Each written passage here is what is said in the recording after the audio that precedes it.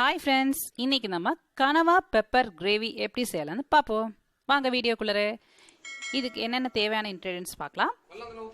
1 kilo கனவா எடுத்து வச்சுருக்கோம். 3 வெங்காயம், பெரிய வெங்காயம் கட் பண்ணி போட்டிருக்கேன்.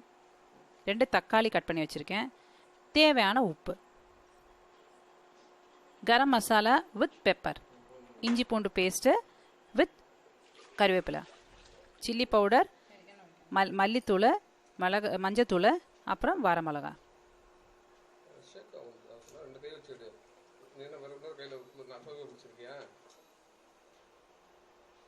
கடாயில் எண்ணெய் ஊற்றிடுங்க. தேங்காய் எண்ணெய் ஊற்றுங்க. தேங்காய் எண்ணெய் இல்லாட்டி நல்லெண்ணெய் ஊற்றிடலாம். வரமிளகா 2 போடுங்க. போட்டதுக்கப்புறம் கறிவேப்பிலை போட்டுக்கோங்க. போட்டதுக்கப்புறம் கட் பண்ணி வச்சுருக்கலையா 3 வெங்காயம் சேர்த்துக்கோங்க. அது 3 பெரிய வெங்காயம். சின்ன வெங்காயம் நீங்கள் சேர்த்துக்கலாம். ஒரு 10 சின்ன வெங்காயம் சேர்த்துக்கலாம். நல்லா வதக்கிட்டு இருங்க. வதக்குனதுக்கப்புறம் கொஞ்சோண்டு சால்ட் ஆட் பண்ணிக்கோங்க இன் பிட்வீன். அப்போ பார்த்தீங்கன்னா சீக்கிரம் வதங்கிடும். தேவையான சால்ட் ஆட் பண்ணிக்கோங்க. அதுக்கப்புறம் நல்லா வதக்குங்க. சீக்கிரம் வதங்கிடுது. வதங்கினதுக்கப்புறம் தக்காளி 2 தக்காளி கட் பண்ணி வச்சுருக்கேன். அந்த தக்காளியை போட்டுக்கோங்க. இன்னும் நல்லா வதக்கிட்டு இருங்க. அந்த எண்ணெயில் இது 2 இது ஆகி வரும்போது தான் இஞ்சி பூண்டு பேஸ்ட் வந்து நீங்கள் இப்போ 2 ஸ்பூன் ஆட் பண்ணியிருக்கேன். நீங்கள் வந்து 3 ஸ்பூன் எவ்வளோ இஞ்சி பூண்டு பேஸ்ட் ஆட் பண்ணுறாங்களோ அவ்வளோ டேஸ்ட் அது இன்க்ரீஸ் ஆகிடும். 3 ஸ்பூனு கூட ஆட் பண்ணிக்கலாம்.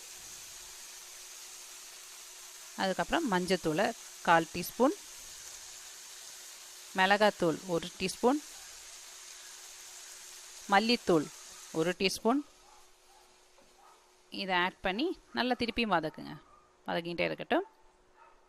கொஞ்சம் கலரெல்லாம் மாறிடுச்சு. அதுக்கப்புறம் நம்ம கனவை வந்து கட் பண்ணி வச்சுருக்கோம். ரவுண்டாக கட் பண்ணியிருக்கோம் சின்ன சின்ன பீஸாக. ஸோ அதை வந்து அப்படியே போட்டுக்கோங்க. ஏன்னா திருப்பி இது எல்லா மசாலா கூட சேர்ந்து நல்லா வதங்கிடணும்.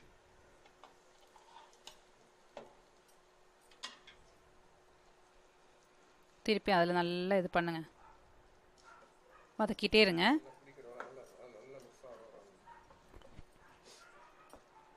அப்போ தான் அந்த மசாலா உள்ளுக்குள்ளே போய் நல்ல டேஸ்ட் வந்துடும். இப்போ பார்த்தீங்கன்னா நம்ம வந்து கரம் மசாலா பொடிச்சு வச்சுருக்கல பெப்பரோடு சேர்த்து அதை வந்து போட்டுக்கோங்க.